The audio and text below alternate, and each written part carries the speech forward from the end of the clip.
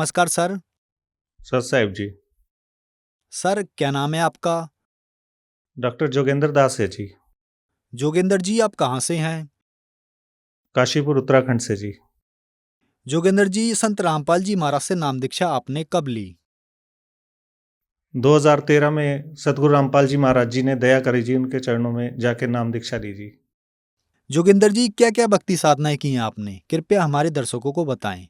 वैसे तो हम शुरू से ही धार्मिक प्रवृत्ति के थे। हमारे पिताजी भी काफ़ी संतों की संगति करते थे, कबीर पंथ से जुड़े हुए थे हम लोग। लेकिन कबीर परमात्मा को वो सतगुरु बताते थे, परमात्मा नहीं बताते थे।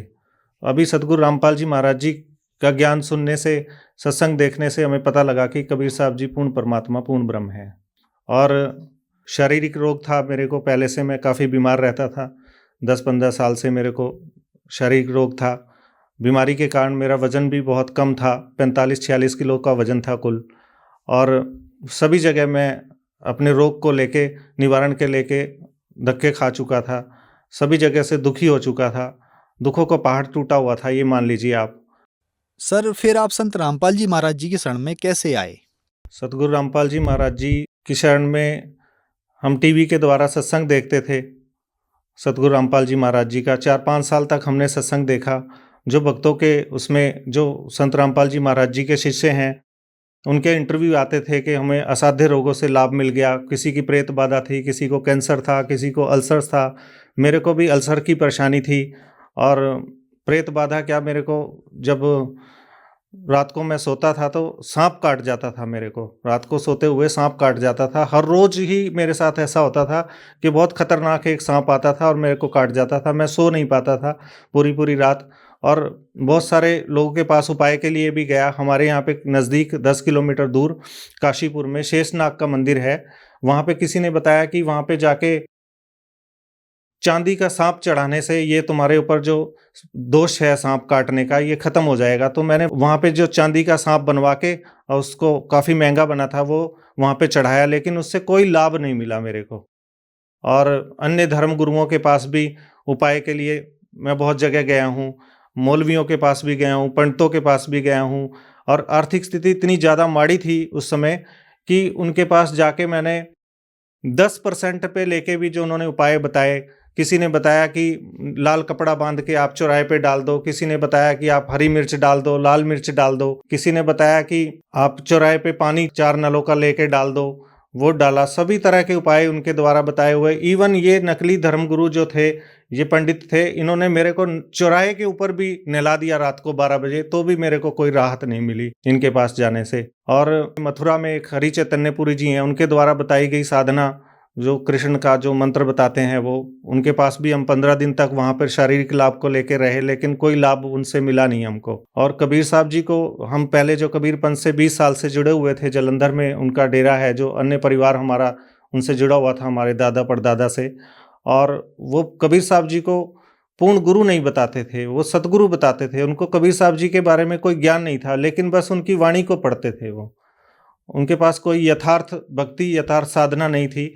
कबीर साहब जी के बारे में कुछ नहीं था। हमने फिर गुरु जी का सत्संग टीवी पे आता था, सत्संग देखते थे टीवी पे। तो सत्संग देख के हमें काफ़ी प्रेरणा हुई कि परमात्मा सोहम जाप से आगे कुछ बताते हैं, क्योंकि वो सिर्फ सोहम जाप ही बताते थे। और सोहम जाप से ऊपर भी कोई साधना है, इससे बढ़ के भी ऊपर कोई साधना है। जैसे गुरु जी 2 मंत्र का सतनाम जाप टीवी पे बताते हैं, संत रामपाल जी महाराज जी। तो ये हुआ कि आगे का रास्ता, आगे का मार्ग भी वहाँ पे जाने से मिल सकता है। और शारीरिक रोग को लेके भी बहुत ज़्यादा परेशान थे। तो हमें एक उम्मीद जागी कि सतगुरु रामपाल जी महाराज जी ही ऐसे एक संत हैं जहाँ पे हमारी इस समस्या का निवारण हो सकता है। तो हम सतगुरु रामपाल जी महाराज जी से नाम लेने के लिए तैयार हुए। एक दोस्त को तैयार किया मैंने, ट्रेन से रिजर्वेशन कराया, और काल ने ऐसी परीक्षा ली हमारी वहाँ पे जाने के लिए। जब मैं दिल्ली पहुँचा तो दिल्ली जाके वहाँ पे बहुत सारे शारीरिक समस्या ऐसी काल ने डाल दी कि ऐसे लग रहा था कि अब मैं जा ही नहीं पाऊंगा आश्रम में। वहाँ पे जाके मेरे को लूज मोशन हो गए, उल्टी हो गई, और स्टेशन में ऐसे ही नीचे लेट गया। और दोस्त मेरा बोला कि अब हम घर वापस जाते हैं या आपको किसी हॉस्पिटल में एडमिट करा देता हूँ। मैंने अपनी मिसेज को घर पे फ़ोन किया तो उसने ये कहा कि आप हमेशा तो दुखी रहते हो, सभी जगह जाके थक चुके हैं हम लोग, और आप ऐसा करो, जो होना है वो तो होना ही है, ये एक दिन मौत तो निश्चित आनी है, आपके हालात तो ऐसे हो रहे हैं, आप ऐसा करो आप चले ही जाओ। तो मैंने अपने दोस्त से कहा, थोड़ी हिम्मत बंधी, मेरी मिसेज ने बांधी, तो हम लोग वहाँ पे फिर चले गए। मेरे दोस्त ने मेरे को उठा के, आप सच जानना कि दोस्त ने उठा के ऐसे जैसे बेहोशी अवस्था में होता है, ऐसी अवस्था में दोस्त ने उठा के मेरे को ट्रेन के डिब्बे में डाल दिया और मैं जाके वहाँ पे बरवाला उतर गया और वहाँ पे सतगुरु रामपाल जी महाराज जी के आश्रम में पहुँचा। तो वहाँ पे पहुँचने के बाद मैंने, भक्तों ने वहाँ पे देखा कि बहुत सारे मैंने गांडे ताबीज़ पहने हुए थे हाथों में और सारी उंगलियों में अंगूठी पहनी हुई थी। इन पंडितों ने जो अंगूठियाँ मेरे को महंगी महंगी पहनवाई थी कि शारीरिक लाभ मिलेगा इससे, तो कोई भी उनसे राहत तो मिली नहीं थी। उन्होंने कहा कि सतगुरु रामपाल जी महाराज जी से नाम दीक्षा लेने के लिए आपको ये सारे आडंबर शरीर के में जो आपने बांध रखे हैं गांडे ताबीज़ और ये अंगूठियाँ सब उतारनी होंगी। तो मैंने सब, उससे राहत तो थी नहीं, मैंने सब उतार के वहाँ पे फेंक दी और सतगुरु रामपाल जी महाराज जी से जाके नाम दीक्षा ले ली। जोगिंदर जी, संत रामपाल जी महाराज से नाम दीक्षा लेने के बाद क्या आपको कोई लाभ भी मिले? लाभ तो भगत जी बहुत सारे सर जी मिले मेरे को। संत रामपाल जी महाराज जी ने ऐसी दया करी कि जो मेरे असाध्य रोग थे, जो इतने लंबे समय से मेरे को, मैंने बताया आपको कि सांप काट जाता था, वो सतगुरु रामपाल जी महाराज जी ने ऐसी दया करी नाम लेने के बाद कि वो सांप काटना बंद हो गया। और जो अल्सर्स की बीमारी थी, डॉक्टरों के पास कोई उसका इलाज नहीं था, वो अल्सर्स की बीमारी भी मेरी ठीक हो गई। खाना नहीं पचता था, बार बार लूज मोशन जाना पड़ता था, रात को 12 बजे भी उठ के मेरे ऐसी स्थिति बन जाती थी कि मेरे को एडमिट होना पड़ता था। हमारे सारे घर के लोग हमेशा चिंतित रहते थे, हमारे पिताजी बहुत ज़्यादा चिंतित रहते थे इस बात को लेके। और कभी भी मेरे को साल में, क्या आप मानिए, साल में मेरे को 10-20 बार तो एडमिट ही होना पड़ता था और फाइनेंशियल कंडीशन भी एडमिट होने के बाद बिल्कुल जीरो हो चुकी थी। और ये जो पेट का रोग है, ये सतगुरु रामपाल जी महाराज जी ने ऐसा सही कर दिया, बिल्कुल ठीक कर दिया। और गुर्दे में मेरे पथरी थी, 10 साल तक पथरी से परेशान था, कभी भी दर्द उठ जाता था और 23 mm की गुर्दे में पथरी थी। सतगुरु रामपाल जी महाराज जी से नाम दीक्षा लेने के बाद एक बार दर्द उठा बहुत तेज़ और मैंने गुरु जी से प्रार्थना लगाई, तो गुरु जी के आदेश आए कि अगर दर्द ज़्यादा है तो आप ऑपरेशन करा लें। तो मैं हॉस्पिटल में एडमिट हुआ और एडमिट होने के बाद डॉक्टर ने मेरे को दूरबीन के द्वारा ऑपरेशन बता दिया कि ऑपरेशन दूरबीन के द्वारा आपका होगा। दूरबीन के द्वारा ऑपरेशन में उन्होंने बताया कि यहाँ पे पेट में एक चीरा लगेगा आपका, चीरे से वो पथरी निकाली जाएगी और उसका खर्च 30,000 रुपये होगा। और जब मैं दूसरे दिन एडमिट हुआ डॉक्टर के पास, तो डॉक्टर ने, परमात्मा ने ऐसी प्रेरणा करी, डॉक्टर ने बोला कि एक ट्राई करता हूं मैं कि आपकी पेशाब की नलकी के द्वारा दूरबीन को भेजता हूं और उससे देखता हूं कि हो सकता है ये पथरी बाहर आ जाए। तो डॉक्टर ने कोशिश की, परमात्मा का मैं सिमरन करता रहा, गुरुजी ने दया करी, सतगुरु रामपाल जी महाराज जी ने, कि वो पथरी एक सिर्फ नलकी डालने से ही मेरी 25 mm की पथरी गुरुजी ने निकलवा दी। और डॉक्टर ने जो 30,000 रुपये मेरे को बताए थे, कभी भी डॉक्टर पैसे जमा करने के बाद वापस नहीं देते, और सिर्फ 7,000 रुपये डॉक्टर ने काटे और बाकी के पैसे मेरे को वापस दे दिए। ऐसी सतगुरु रामपाल जी महाराज जी की भक्ति में और साधना में और नाम में पावर है। एक बार मोटरसाइकिल से अपनी मिसेज के साथ जा रहे थे, ना कोई आंधी थी, ना तूफान था, ना कोई बरसात थी, ना मौसम खराब था। इतनी तेजी से मेरे बिल्कुल पीछे भगतमती के, जब मैं बाइक चला रहा था, जाप करते हुए जा रहे थे हम लोग, तो एक बहुत बड़ा पेड़ का जो टहना होता है वो बाइक के पीछे टकरा के गिर गया। और जो जितने भी आसपास आगे और पीछे लोग जा रहे थे वो वहीं पे अपनी बाइक और सवारियां लेके रुक गए और वो देख के हैरान थे कि अब तो कोई इसके नीचे दब के मर गया शायद।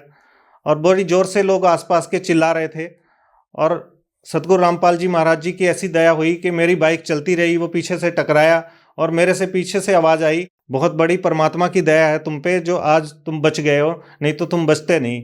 मेरे को तो पता था किसने बचाया है, सतगुरु रामपाल जी महाराज जी ने ऐसी दया करी कि वहाँ रक्षा कर ली हमारी। और मेरी माता जी को मानसिक रोग की बीमारी थी, जो कि सभी जानते हैं, हमारे रिलेशन के लोग भी, गांव के लोग भी सभी जानते हैं कि 20-25 साल से उनको बीमारी थी। वो कभी भी मतलब सही रात को सो नहीं पाती थी, नींद की गोलियां देनी पड़ती थी, सभी तरह का हम उनका उपाय भी करा चुके थे। तो सतगुरु रामपाल जी महाराज जी से नाम लिया मैंने, तो मैंने माता जी को भी अपने पास नाम दिलवा दिया सतगुरु रामपाल जी महाराज जी से। नाम लेने के बाद माता जी की जो मानसिक रोग की परेशानी थी वो पूरी तरह से ठीक है, नहीं तो वो ऐसे पागलों की तरह करती थी कि अपने कपड़ों की भी उनको होश नहीं रहती थी।